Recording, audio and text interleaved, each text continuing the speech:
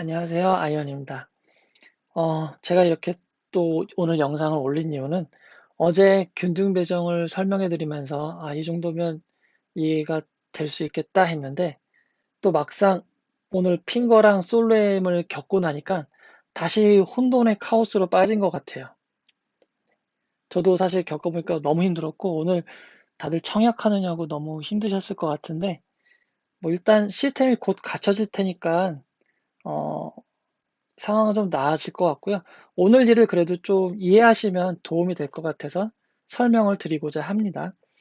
음, 네, 제가 이렇게 계산한 결과인데 왜 이런 결과를 제가 계산했는지를 물어보시는 분이 너무 많으셨어요. 그래서 제가 그 질문에 일일이 답을 하기보다 이번에도 영상으로 제가 설명을 해드리도록 하겠습니다.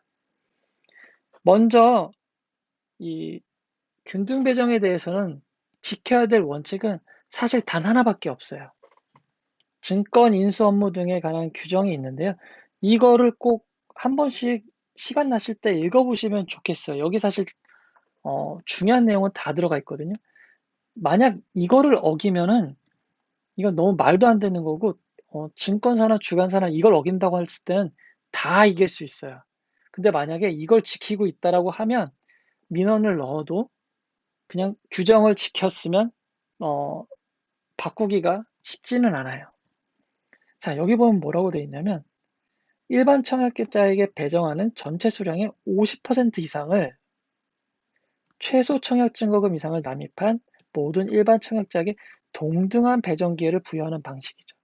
여기서 그래서 정해진 건 뭐냐면 50% 이상 최소 청약금. 이건 지금 저희가 12씩 계속하고 있는 최소 청약 단위가 되는 거고요. 50% 이상만 나눠주면 돼요. 그래서 여기서 그래서 어떤 방식을 택하는지는 정하기 나름인 거죠. 딱 50%만 나눠주는 곳과 우리는 50% 이상을 나눠주겠다 하는 곳이 있는 거죠. 그게 바로 여기선 대신이었고 여기선 미래에셋 대우였어요.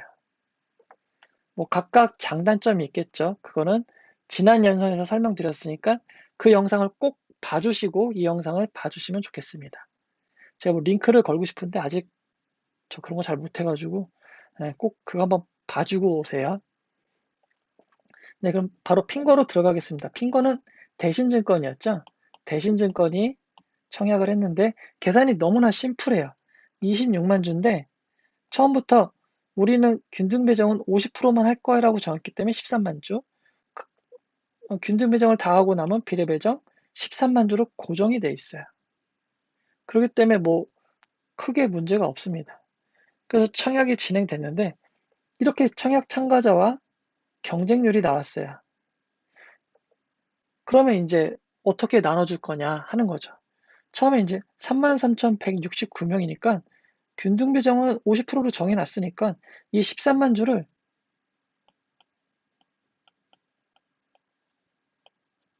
33,169명으로 나누면 되는 거예요. 암산 빠르신 분들은 뭐 바로 또 답이 나왔을 것 같은데요. 일단 3.91 뭐 이렇게 나오겠죠? 그러면 여기는 어떻게 나눠주냐면 목신 3은 일단 33,169명한테 다 나눠주는 거예요. 그러면 일단 세 주씩 나눠주면 어, 곱하기 3을 해보는 거죠. 그러면 99,507이 되죠. 이걸 나눠주고 13만 주에서 이걸 주고 했더니 남은 게 3493주예요. 그러면 일단 33,169명 청약에 참가한 모든 사람한테 3주씩은 받게 돼요. 근데 남은 3493주는 이제 이 중에서 랜덤이 되는 거죠. 랜덤 추첨으로 한 주씩 받게 되는 거예요. 33,169명 중에 3493명이니까 확률이 뭐 91.93%가 되는 거죠. 매우 놀랍게 높은 확률로 4주를 받을 수 있습니다. 정리하면 핀 거는 지금 균등 배정으로 3주에서 4주를 받을 수 있는데 어마어마하게 높은 확률로 4주를 받을 수 있어요. 혹시 3주 받는 분들은 운이 너무 안 좋았다라는 생각이 들고요. 이 영상 보시는 분들은 모두 4주 받으실 수 있기를 청약을 하셨다면 기원 드리도록 하겠습니다. 이제 비례 배정을 나눠주면 되는데요. 이 경쟁률이 문제예요. 과연 이 경쟁률, 이게 왜 문제가 되느냐면 기존 시스템에서는 이 경쟁률은 무엇을 나타내는 수치냐면 이 일반 모집자 총 26만 주에 대한 경쟁률이에요. 그쵸? 안 바꿨다면. 근데 우리는 비례 경쟁률로 생각해야 되잖아요. 비례 경쟁률일 때는 주식수가 절반으로 줄죠. 13만 주가 됩니다. 만약 이게 종합 경쟁률이고 그렇다면 비례 경쟁률로 표현하려면 어떻게 해야 될까요? 뭐 쉽게 예를 들어서 두 개의 맛있는 도넛이 있었는데 10명의 사람들이 이걸 갖고 싶어 했어요. 그러면 경쟁률은 5대1이죠. 그쵸? 근데 갑자기 누가 도넛 한 개를 몰래 먹어가지고 한 개가 됐어요. 그러면 경쟁률은 어떻게 되나요? 2배로 올라가죠. 네, 아이고, 10대1입니다. 이것처럼 주식수가 26만 주에서 13만 주로 반이 줄었으니까 도넛이 2개에서 1개 줄은 것처럼 경쟁률은 2배가 돼야 돼요. 그쵸? 그렇게 2배를 하면 어떻게 되냐면 뭐 1878.78이 되겠네요. 뭐 대충 이렇게 나올 거예요. 그쵸? 근데 중요한 거는 이게 과연 종합 경쟁률일까요? 이 경쟁률이? 이 경쟁률이 종합 경쟁률인지 아니면 비례 경쟁률인지 정보가 없다고 생각을 해야 될 것 같아요. 저도 그래서 확신을 하는 과정이 필요했거든요. 어떻게 계산했냐면 이게 만약 종합 경쟁률이라면 26만 명에 대한 경쟁률이 939.39대 1이라는 거를 곱하면 총 신청한 주식수가 나오겠죠. 청약을 신청한 주식수가 나오게 됩니다. 그쵸? 경쟁률 곱하기 뭐 26만 하면 그리고 이거를 33,169로 나누면 1인당 신청한 청약한 주식수가 나올 거예요. 그쵸? 이거를 제가 계산을 해봤더니 7,363.5예요. 만약 이게 종합 경쟁률이라면. 그러면 비례 경쟁률이라면 어떻게 될까요? 비례 경쟁률이라면 1인당 3,681.75 절반인 거죠? 절반일 거예요. 1인당 일반 등급은 13,000주, 우대 등급은 26,000주를 신청할 수 있는 청약에서 1인당 평균 청약수가 7,363.5주인 확률이 높을까요? 36.8175주라는 확률이 높을까요? 물론 10주씩 균등 배정만 신청하는 사람이 엄청나게 많으면 이게 높을 거라고 생각이 들어요. 그쵸? 근데 저는 생각보다 지금 33,169명은 기존의 대신증권에서 청약을 신청했던 숫자에 크게 차이가 나지 않았어요. 그렇기 때문에 전 어느 정도 적당한 선에서 7,363.5주를 신청했다는 확률이 훨씬 높을 거라는 생각이 들었기 때문에 우리가 보는 이 939.39는 비례 경쟁률이 아니라 종합 경쟁률일 거다라는 판단을 내린 거고 그래서 곱하기 1을 해서 1878.78이라는 경쟁률을 추정한 겁니다. 그렇기 때문에 제가 잘못됐으면 이건 틀린 얘기예요. 근데 뭐 나와보면 알겠죠. 제가 맞았는지 틀렸는지는. 그렇기 때문에 이렇게 계산이 된 거죠. 3,300, 160. 9명이 신청했고 4주를 받는 사람은 이 정도의 확률, 3주를 받는 사람은 이 정도의 확률. 비례 경쟁률은 종합 경쟁률의 확률을 따져서 그냥 곱하기 2를 했습니다. 그 결과 배정을 보면 되게 재밌는 결과가 사실 나왔어요. 제가 일부러 되게 재밌는 결과만 뽑은 거거든요. 균등 배정은 3, 4주씩 나눠 가져요. 그렇죠? 랜덤 한 주가 껴있으니까. 뭐 26,000주 청약하신 분은 13.839. 네, 꽤 높죠? 이걸 봐야 되는데 일단 919가 제일 높으니까 거의 확정적으로 7주를 가져갈 거예요. 그런 랜덤 3, 4주 합쳐서 10주, 11주를 가져가고 뭐 839도 매우 높은 수치죠. 근데 저는 이 13,000이 제일 많을 것 같아서 다 가져갈지 모르겠어요. 여기서 걸릴 수도 있어요. 근데 뭐 이 정도는 되지 않을까 싶은 거예요. 왜냐면 0.9, 0.8이면 꽤 높은 수치거든요. 그럼 14주를 가져간다고 봤을 때 뭐 종합해서 17, 18주인데 문제는 그 다음에 있어요. 네. 여기서는 랜덤이 걸릴 확률이 높다고 봤거든요. 근데 되게 재밌는 건 자, 1,500주를 신청했어요. 근데 3, 4주가 랜덤이에요. 그렇죠? 근데 여기서도 랜덤이 걸릴 가능성이 높아요. 그러면 만약에 내가 균등 배정에서 재수없어 3주를 받았는데 이 비례에서도 재수없어 한 주도 못 받은 사람은 3주가 되고요. 균등 배정에서도 그냥 보통 운이 좋은 사람은 4주 받으니까 4주 받고 억수로 운이 좋아서 한 주를 더 받은 사람은 5주가 돼요. 여기는 3주 받은 사람도 있을 수 있고 4주 받은 사람도 있을 수 있고 5주 받은 사람이 있을 수 있는 신기한 조합이 생겼어요. 그런데 정말 운이 없는 사람은 3주를 받겠죠. 근데 10주를 기본 청약한 사람은 3, 4주 랜덤으로 받잖아요. 그쵸? 4주 받는 사람이 상당히 많아요. 그쵸? 1.93% 확률이니까요. 그러면 결과 보이시나요? 10주를 신청했는데 4주를 받는 사람이 나오고요. 1,500주를 신청했는데 3주를 받는 사람이 나올 수 있어요.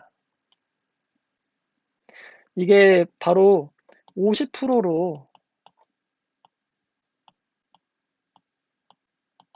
그러니까 균등 배정을 50%로 제한해서 비례 배정도 50%로 낮다 하더라도 결국 여기서 랜덤이 걸리다 보면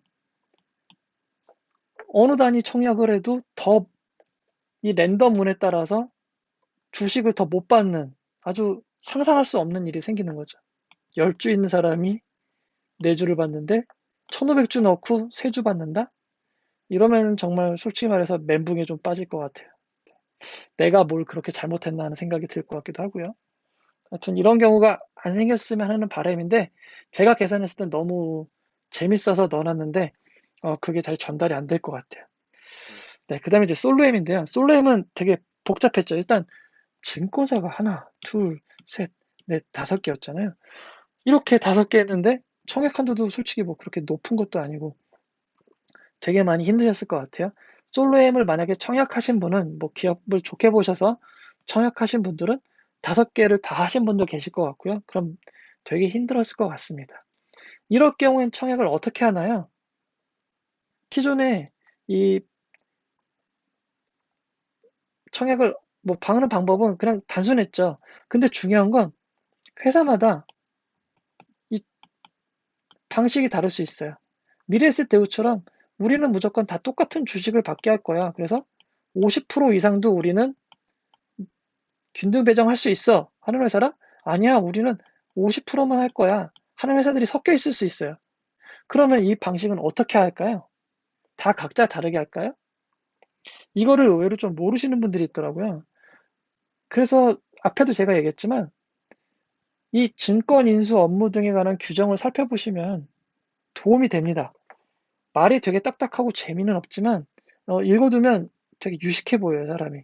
이 14망에 뭐라고 되어 있냐면 이 균등 배정 방식은 마음대로 바꿀 수 없어요. 사전 승인을 받아서 결정이 되고요. 그리고 인수회사가 복수인 경우가 지금 여기다 우리 5개나 있잖아요. 대표 주관회사가 바로 지금 미래에셋대우인 거예요. 인수회사 간의 균등 배정 방법이 동일하도록 해야 된다라고 이렇게 정의가 돼 있어요. 그러니까 각기 다를 수가 없어요. 그래서 지금 이 같은 경우에는 미래에셋 대우 방식으로 우리는 원래 이 방식 아닌데 하더라도 다 똑같은 방식으로 청약이 진행될 수밖에 없는 겁니다. 그래서 오해하시면 안 돼요. 미래에셋 대우가 주간 회사가 아니라 그냥 인수회사로 만약에 뭐 지금 대신증권이 메인인데 서브로 미대가 들어가면 대신증권 방식을 따라야 돼요. 네, 이거 그래서 미래 이퀄 무조건 이거다라고 하시면 안 되는 거 주의하시기 바랍니다. 네. 그러면 이제 이걸 이제 청약을 진행할 때 이렇게 경쟁률이 보여요. 그렇죠? 이렇게 경쟁률이 보인단 말이죠. 기존에는 어떻게 청약을 했을까요? 비례배정. 간단하죠. 이거는 너무 쉬운 문제잖아요. 그냥 제일 경쟁률이 낮은데 넣으면 돼요. 그쵸? 이게 1번으로 넣고 돈이 남어? 그러면 2번으로 두 번째 경쟁률이 낮은데 넣으면 돼요. 그 다음에 세 번째 여기다 넣고 그래도 돈이 남아? 그럼 여기다 넣고 그래도 돈이 남아? 정말 부러운데? 이렇게 네, 이렇게 넣으셨을 거예요. 이렇게 이게 바로 기존의 비례배정 100%일 때의 방식인 거죠. 근데 오늘 대혼란이 온 건 바로 이거죠.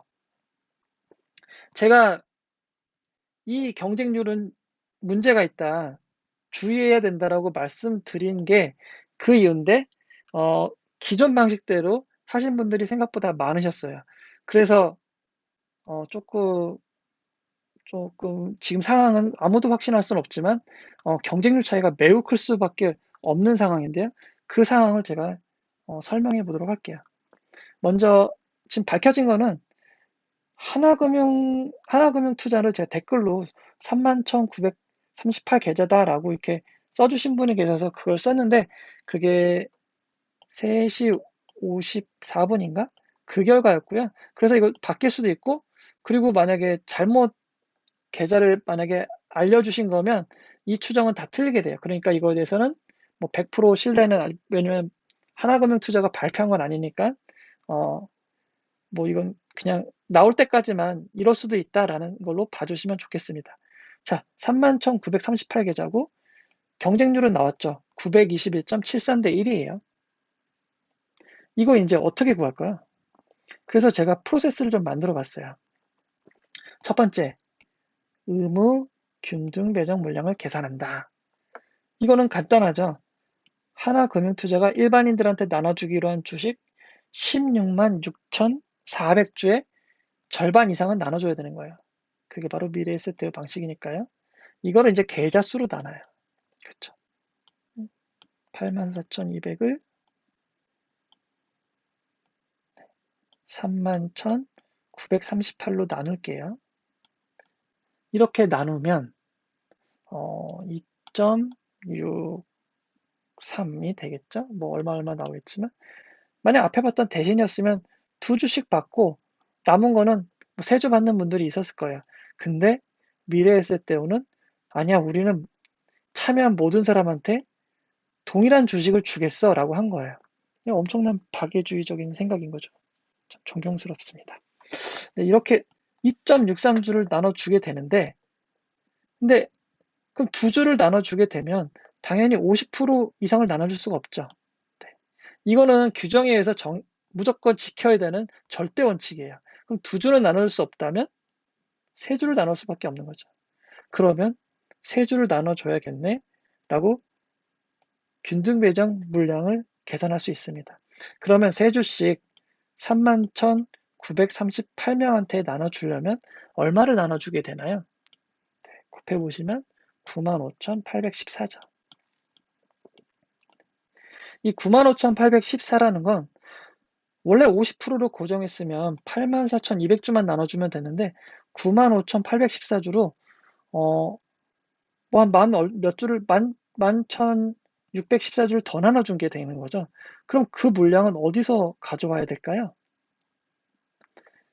바로 이 84,200주 말고도 비례배정으로 예약되어 있던 여기서 가져오는 거죠. 여기서 물량을 가져와야 되기 때문에 그래서 뭐 계산할 때는 총 주식수에서 균등 배정 물량을 빼는 거예요. 그러면 72,586주가 나오네요. 이게 비례 배정 물량입니다. 원래 84,200주였어야 할 물량이 균등 배정 숫자를 맞춰서 주다 보니까 줄어서 72,586주가 되는 거예요. 그리고 이제 전체 신청 물량을 계산해야 되는데 이거 앞에서 했던 거랑 똑같아요. 뭐 16만 6,400주를 경쟁률을 곱하는 거죠. 921.73대 1로 하면 총 신청 주식수가 나올 거고요. 그쵸? 그걸 이제 요 비례 배정 물량으로 나누는 거예요. 72,586으로 나누면 얼마가 나오냐면 제가 이걸 계산했을 때 2113.02대 1이 나옵니다. 원래는 921.73대 1이었는데 비례 배정 경쟁률이 엄청 더 커졌죠. 원래보다 더 커진 거를 보실 수 있습니다. 이렇게 보면은 한 2.29배 정도 늘어낸 거예요. 대신 증권 방식이라면 그냥 곱하기 2만 하면 됐는데 2.29배로 더 높아졌죠. 근데 이렇게 생각할 수 있어요. 이거 95,814주를 이 비례배정 물량에서 가져오는 거는 문제가 있는 거 아니야? 라고 생각할 수 있는 거죠. 이거는 증권 인수 등에 관한 규정 제12조 1항에 나와 있어요. 이렇게 정해진 거예요. 어느 한쪽 수량이 미달하면 다른 쪽에서 그냥 가져와라. 이렇게 말을 해놨기 때문에 그냥 마음대로 가져오는 겁니다. 자, 그럼 이제 신한금융투자도 한번 볼게요. 신한금융투자는 아예 이렇게 나와 있어요. 35,394계좌라고 나와 있고 경쟁률도 나와 있죠. 자, 똑같이 해볼게요. 의무금등 물량 계좌는 뭐 요거 절반 나누기 2만 하시면 이 숫자가 나누고요. 계좌 수로 나누면 되겠죠. 76,800 나누기 계좌 수 35,394로 나누면 얼마가 나오냐면 2.169가 나옵니다. 이래서 되게 큰 문제가 생긴 거예요. 2.169다 보니까 사실 2에 되게 가까운 숫자인데 세 줄을 나눠줘야 되는 거죠. 우리는 무조건 동등한 숫자를 주겠어 라고 하니까 세 줄을 나눠줄 수밖에 없어요. 그러면 앞에서 했던 것처럼 세 주 곱하기 35,394를 하면 무려 10만 6,182주를 나눠줘야 됩니다. 자, 차이를 아시겠어요? 7만 6,800주를 원래 나눠줬어야 되는데 10만 6,182주를 나눠주게 된 거예요. 어마어마하죠. 그럼 이 물량은 앞에서 빼와야죠. 전체 물량에서 빼면 됩니다. 전체 물량에서 균등 배정 물량을 빼볼게요. 그러면 47,418주가 돼요. 자, 비례 배정 물량을 50%라고 계산했으면 76,800이라고 그냥 대충 계산할 수 있는데 실제로 이 상황이 되니까 47,418주가 돼버렸어요. 어마어마하죠? 배정 물량이 무려 38.3%가 줄은 거예요. 앞에 여기서는 여기서도 84,200주였는데 72,586으로 줄었어 했는데 이거는 사실 한 13.8% 정도? 요 정도밖에 안 되는 거죠. 그거에 비하면 어마어마하게 많이 줄어든 거예요. 그래서 이 단순 경쟁률만 보면 안 되는 거예요. 이 계좌 수와 이 줄어드는 물량 이런 거를 순간 계산해야 되는 것들이 필요하게 된 거죠. 이제 뭐 전체 신청 물량은 많이 해봐서 아시겠죠? 쭉 곱하기 경쟁률 4, 2를 하면 이게 전체 물량이 되는 거고요. 이 물량을 47,418주로 나눠볼게요. 우리는 이 비례 배정에 대한 경쟁률을 구하고 싶으니까 이걸 해버리면 무려 3,168.76대 1이 됩니다. 984.42대 1이었는데 3,168.76대 1이 됐어요. 무려 3.189배가 되네요. 그쵸? 어마어마하죠? 앞에서는 2.29배였어요. 그럼 921.73이 2100이었는데 어떻게 984가 3168 이런 차이가 나올까? 라고 하는 건 바로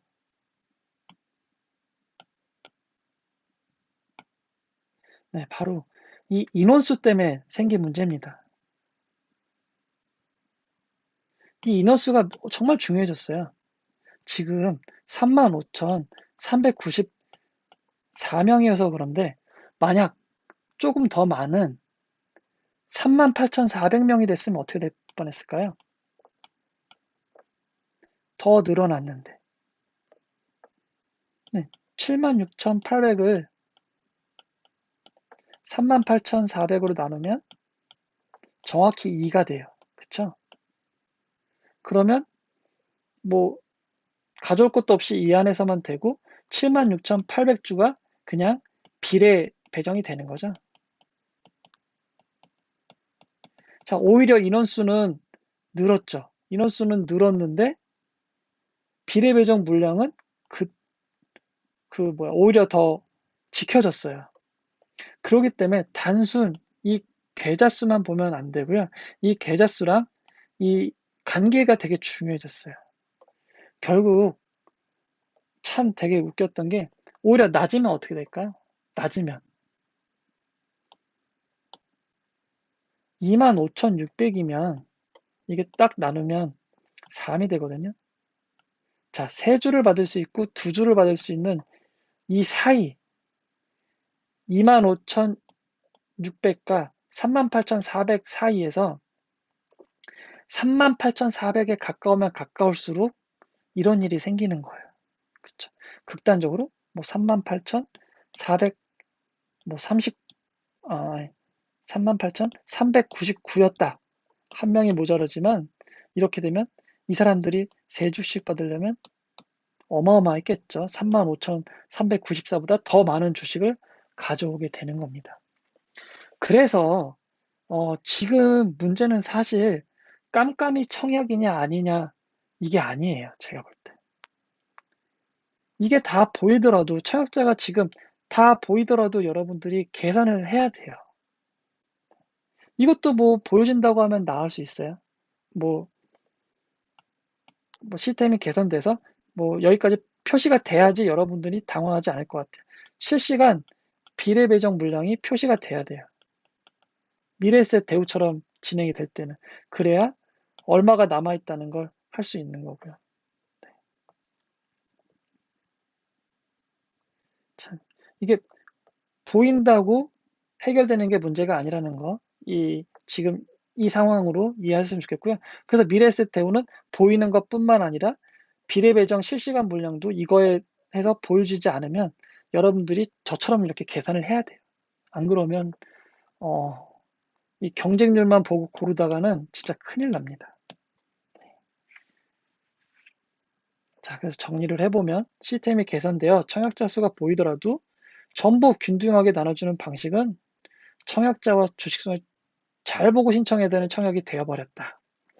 플러스 뭐 그냥 아까 핀 거에서 보여드렸지만 50% 고정으로 하는 경우는 랜덤이 생기는데 이 경우 아까 보여드렸죠. 1500주가 3주 받을 수 있고 10주가 4주 받을 수 있는 이런 상황이 또 생겨요. 불균형이. 그러면 이제 낮은 청약은 아예 하지 않는 게 맞는 거예요. 아예 그냥 10주만 하던가.